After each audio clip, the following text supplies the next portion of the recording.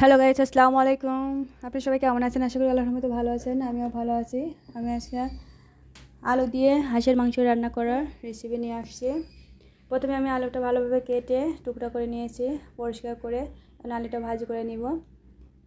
প্রথমে আমি আলুটা তেলের মধ্যে দিয়ে দিয়েছি, আলুটা ভালো করে ভাজি করে নিচ্ছি।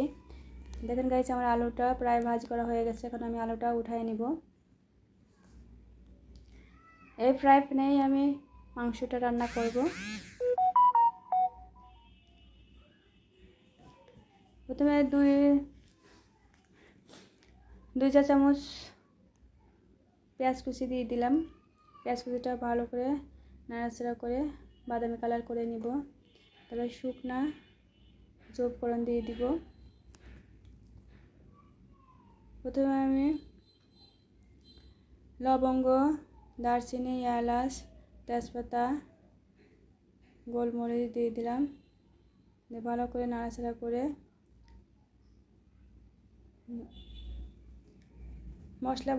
মশলা গুঁড়া দিয়ে দিলাম হাফ চা চামচ, হলুদ গুঁড়া দিয়ে দিলাম হাফ চা চামচ, 1.5 চা চামচ মরিচের গুঁড়া দিয়ে দিলাম। ভালো করে নাড়াচাড়া করে নেব। স্বাদ মতো লবণ দিয়ে দিলাম। মশলাগুলো ভালো করে কষাই নিতে হবে। 1 চা চামচ জিরা বাটা, 1 চা চামচ রসুন বাটা, 1 চা চামচ আদা বাটা দিয়ে দিলাম। মশলাগুলো ভালো করে নাড়াচাড়া করে ভালো করে কষাই নিতে হবে। হালকা একটু পানি দিলাম। হালকা একটু পানি দিলে মশলাটা ভালোভাবে কষানো ভালো হবে। মশলাটা থেকে যে কাঁচা একটা স্মেল আছে, ওই স্মেলটা থাকবে না। পানি দিয়ে হালকা একটু জাল করে কষায় নিব ভালো করে।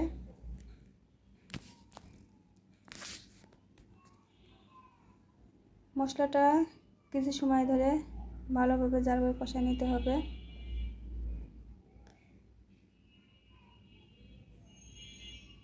বারবার মশলাটা নাড়াচাড়া করে দিতে হবে, নাহলে মশলাটা পুড়ে যেতে পারে। আর মশলাটা পুড়ে গেলে খেতে টেস্ট লাগবে না।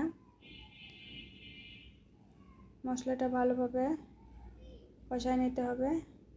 তারপর মাংসটা দিয়ে দিব।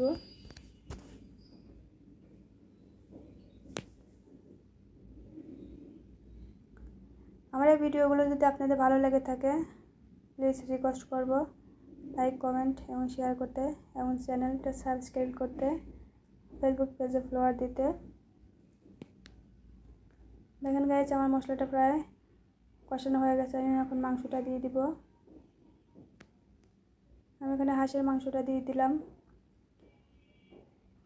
ভালো করে এখন নাড়াচাড়া করে নেব, যাতে মশলাটা মাংসের গায়ে লেগে যায়।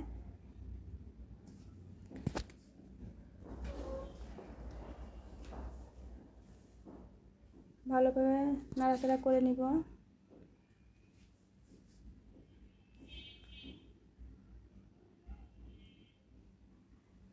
কিছু সময়ের জন্য এখানে ঢেকে রাখবো। ঢেকে তারপর জাল করব। মাংস থেকেই পানি বের হবে, ওটার থেকেই মাংসটা কষানো হয়ে যাবে। দেখেন গাইস, কিছু সময় পর ঢাকনাটা খুলে একটু নাড়াচাড়া করে দিলাম। মাংসটা কষানো কিন্তু হয়ে গেছে। এখন আমি পানি দিয়ে দিব। আগে থেকে ভেজে রাখা আলুগুলো এখন আমি দিয়ে দিলাম। দিয়ে ভালো করে একটু নাড়াচাড়া করে ঢাকনা দিয়ে ঢেকে দেব। ঢেকে কিছুক্ষণ জাল করে নেব মাংসটা।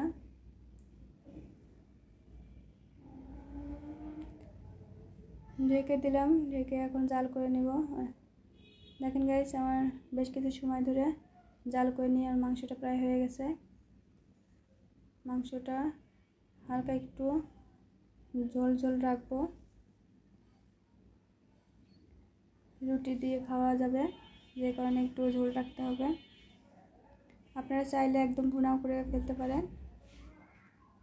দেখেন গাইস, আমার মাংস রান্নাটা হয়ে গেছে। এখন আমি একটা বাটিতে বেড়ে নিছি।